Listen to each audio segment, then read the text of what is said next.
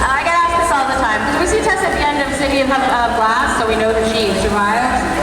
Whether she's going to show up in Heavenly Fire. She might. But I have another series coming after the Mortal Instruments called The Infernal Devices. Yes, you've never heard of that. Called The Dark Artifices. And it takes place 5 years after the events of the Mortal Instruments. And the heroine is Emma Carstairs. So there's plenty of reason, if you are going to see Tessa again, for her to show up in that series. So I'm just going to put that out there as a possibility.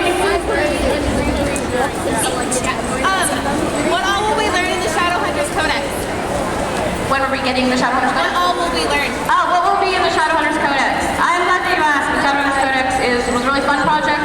It's a guide to the Shadowhunter world. It has the whole history of the Shadowhunters. It has a whole guide to all of their weapons, their enemies, guides to Downworlders, and, basically everything you would need to learn to become a Shadowhunter. And the fun thing about it is that it is constructed as Clary's Codex. So it has written throughout it all of her notes about what she thinks about the Codex, and then under those are Jace's notes, and then on top of those are the notes that Simon has written. So all of the characters have written in the Codex. So like the section on Warlocks, it's like Warlocks very dangerous, and she's like, Warlocks very sparkly, and Jace is like, well, only some of them, and then Alec is like, leave my boyfriend alone. So it's a really fun little item that feels like a real thing pulled out of the Shadowhunter world. Does anybody have any, just in case, movie questions? Oh, movie questions. If you have a burning movie question, pop. It's happening. Okay, let's do back there.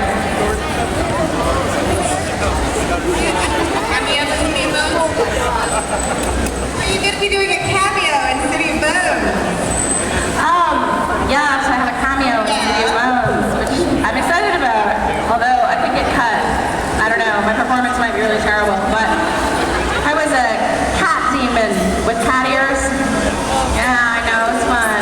There's this hopping person all the way back there, so I shall not answer. I was a cat demon at Magnus's party, so that was really awesome because I got to have a table with a ghoul and a banshee, and I was just demoning. I was trying to get into character, and they were just talking to each other about books. They were like, "You like the Hunger Games?" I was like, "Yeah, I love the Hunger Games, big fan."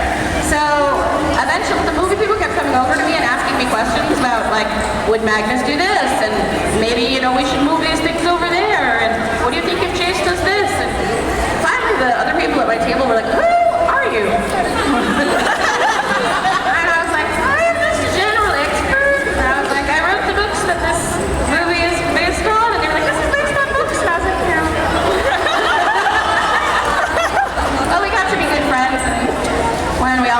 To drink the green drinks. It was a good time. So I'm hoping that I'll at least briefly appear in the background. Good for the ears. How involved were you with the casting? How involved was I with the casting? Pretty involved, but not. I didn't have the power to say cast this person, or even really don't cast this person. It was a group process, so there were, they would start looking for a character. There would be 80, 90 auditions, different actors. Then the casting director would watch them. She would narrow them down to her favorites. She would put those up on a server, and then something like 30 people, one of whom was me, would all watch them, and we would put in our votes for the ones that we liked. So it's not really a process where one person gets to choose in this situation. It's basically a process where you have to kind of find the person that everybody agrees on. So I got to be a vote. She showed me the Magnus audition, and I was like, I had no idea Magnus is so incredibly handsome. I did. I think he was incredibly handsome. I didn't know it was that incredibly handsome. I like the hat. Me too. When you announced that the hero of the Dark Artifice's name was going to be Emma Carstairs, did you do that with the intention of messing with our heads? Yes.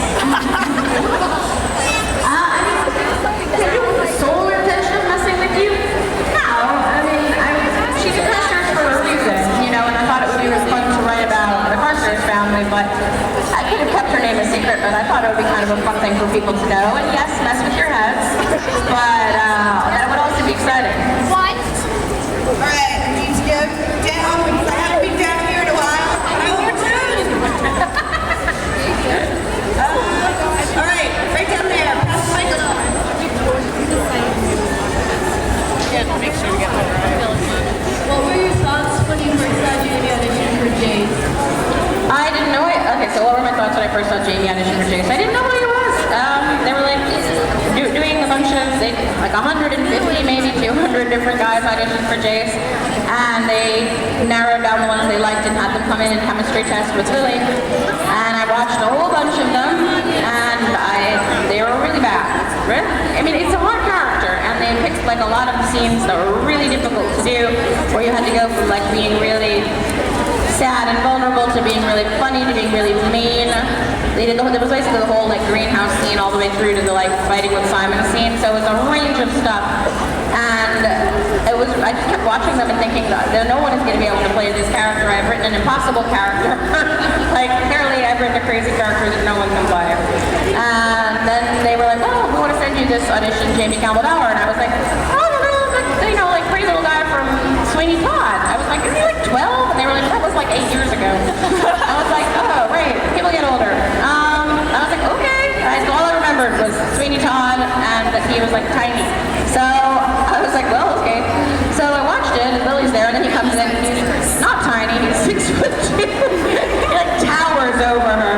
And they do their audition, and he's just amazing. Like, he knocked it out of the park. He was super funny, he was super charming, he was cocky when he needed to be cocky, and Lily was obviously blown away. I could actually see her face change as she realized that this was the audition, like the amazing audition where everything clicked into place, and she kind of